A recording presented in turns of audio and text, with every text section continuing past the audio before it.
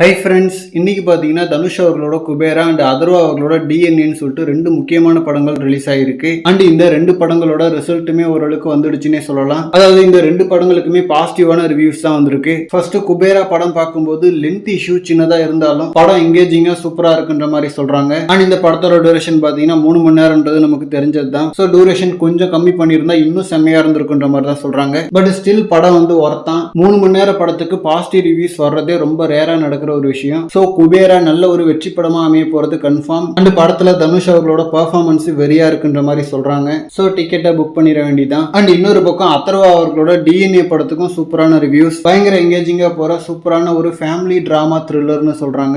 I think பல நூற்றாண்டுகளுக்கு அப்புறம் அதர்வா படத்துக்கு பாசிட்டிவ் ரிவ்யூஸ் வருதுன்னு நினைக்கிறேன். ஏன்னா அதர்வா அவர்களோட கெரியர்ல ஹிட் படம் என்னன்னு கேட்டீங்கன்னா ஈடி, பானா கத்தாடின்னு சொல்லிட்டு விரல் விட்டு எண்ணிடலாம். கிரிட்டிக்கலா பரதேசி படத்தை சொல்லலாம். மற்றபடி டூரிஸ்ட் ஃபேமிலி, லப்பர் பந்து இந்த மாதிரி எக்ஸ்டர்னரி படம் அவருக்கு அமைஞ்சதே இல்லை. பட் இப்போ ஃபைனலா அவருக்கு ஒரு நல்ல படம் அமைஞ்சிருக்கு. ஸோ இதுக்கப்புறம் பேக் டு பேக் நல்ல படங்கள் கொடுத்தா நல்லா இருக்கும். அண்ட் வந்தா மொத்தமா வராங்கன்ற மாதிரி ஒரே நாள்ல 2 நல்ல படங்கள் வந்திருக்கு. ஸோ இந்த வீக்கெண்ட் இந்த 2 படத்துல எதுக்கு வேணா போகலாம். அண்ட் இந்த 2 படம் பார்த்தவங்க உங்களோட விமர்சனத்தை கமெண்ட்ல சொல்லுங்க. தேங்க்யூ.